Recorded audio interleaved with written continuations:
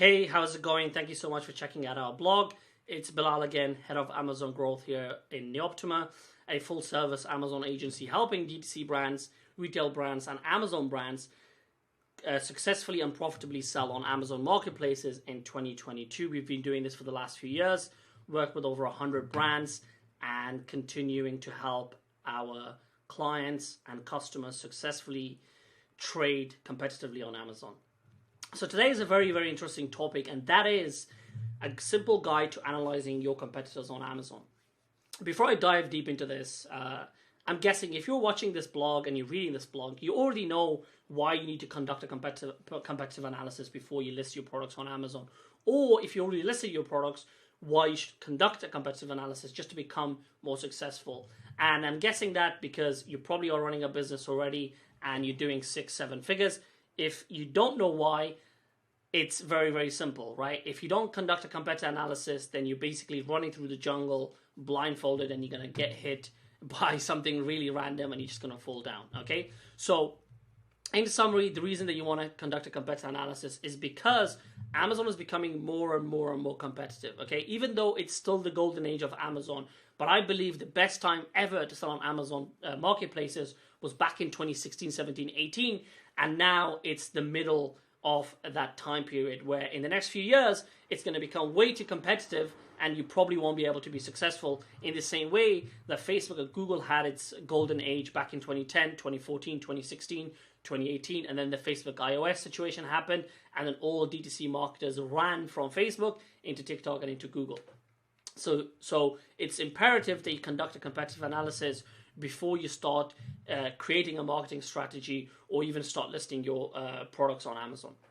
Now, how do you actually go about creating a competitor analysis when you are trying to sell on Amazon or if you're already selling on Amazon?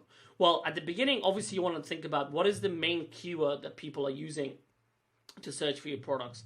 I always like to use a very simple example. So if I was selling vitamin C, I would use that keyword, right? I would use that keyword to go on Amazon.com and basically type in vitamin C so I can find my top 10, 20 competitors.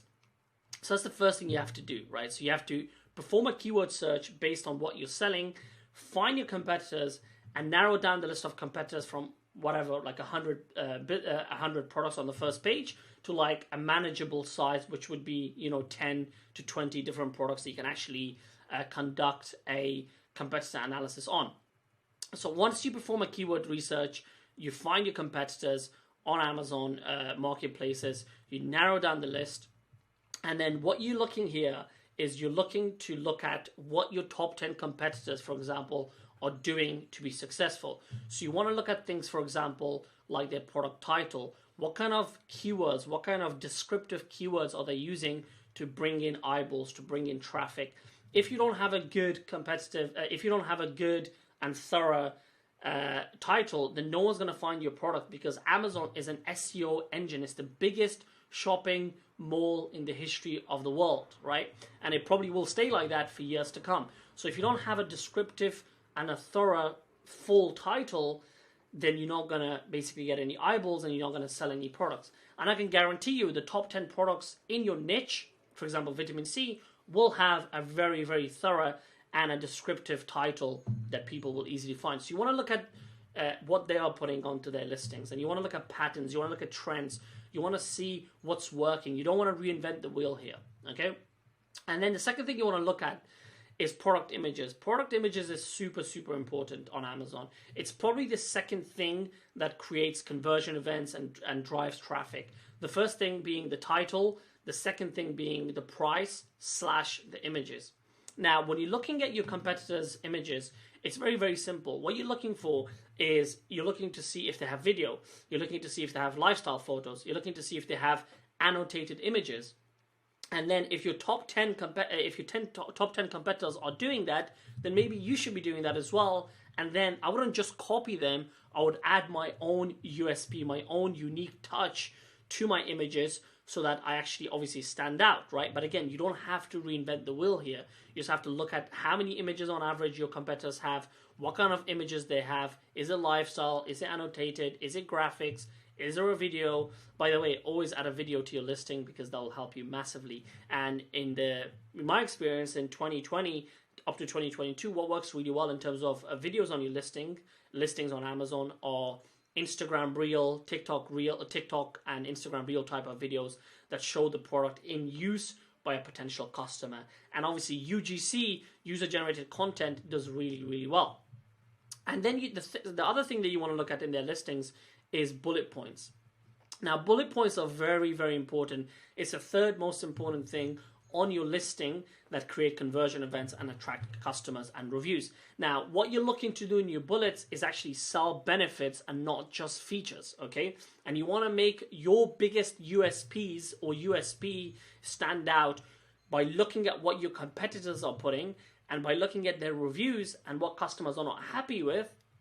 And then you want to highlight that in bold, in bracket, in huge letters saying, hey, this is the problem that most customers were facing with another product in this niche, and this is what we have solved, and therefore you should come to us. And again, you obviously don't want to say it like that.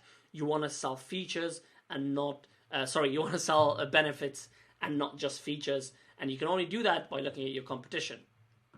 Product description is another thing that you want to look at when you're analyzing your competitors. And what you're looking for here is how are your competitors creating their sales page. At the end of the day, an Amazon listing is a sales page just like any other e-commerce landing/sales page. And you want to see how your top 10 competitors are basically formatting their product description. What are they talking about? What are they highlighting? And again, if your competitor has been on the platform for 5 years and they have 10,000 reviews, then they're probably doing something right, okay? So you want to, again, look at the product description, look at patterns, look at trends, and then again, highlight your uniqueness, the USP of your product, but probably you should use the same format as the most successful products in your niche on Amazon for your keywords.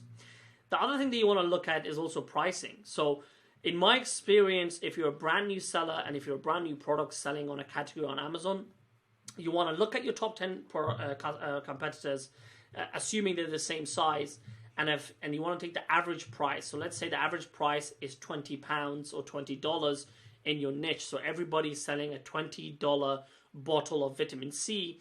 After you average out the top 20 sellers and you come to $20, what you want to do is you want to launch at a very competitive price compared to the other 10 products selling at $20. So maybe you want to go 20% lower. So maybe you want to go at $16 or even $14 to start with, and then slowly, once you start gathering the momentum, gathering reviews, gathering ranking, then you can go back to the $20. And honestly, in the future, once you become a category leader, you become the price leader. You can set the price that you want. But if you have no reviews and you have no ranking, you want to take the average price of your competitors, of your top 10 competitors, and be 10, 20% lower, because otherwise it's going to be very, very competitive unless your product is one of a kind, which I'm guessing it's not, right? So what is the other thing that you want to look at when it comes to when you're conducting competitor analysis? You do want to look at monthly sales, but I'm not going to go into that because I don't think it's super important. What you're looking for is actually customer reviews. So looking at customer reviews and aggregating the most negative reviews from your competitors is actually a super powerful way of creating amazing conversion events on your listing, because when you look at and you aggregate all of the bad reviews on your products, on your competitors' listings, what you can do is you can highlight them in your bullets, in your title, in your description, so that you're covering your customers' biggest objections and biggest pain points that they're currently facing by buying from your competitors.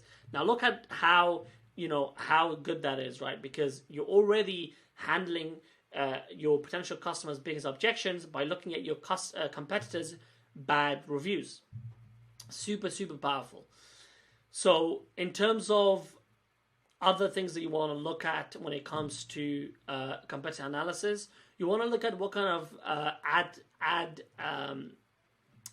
sets or ad types, for example, your competitors are using. So are they doing video ads? Are they doing brand ads? Or are they just doing your generic PPC campaigns? And if you see that everybody's doing video campaigns in your in your niche. Maybe you want to maybe you want to stand out by doing a different form of video or a different type of video. Or maybe if everyone's doing video ads in your niche, maybe you want to do PPC, just generic PPC ads, so that you don't look like just another brand in your niche competing for eyeballs.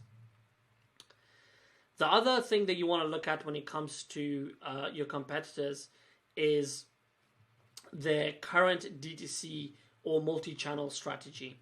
And why is this important? Well, it's not the most important thing by any means, but the reason it's important is because you want to see where are your top 10 competitors, for example, in that vitamin C category, or where else are they active?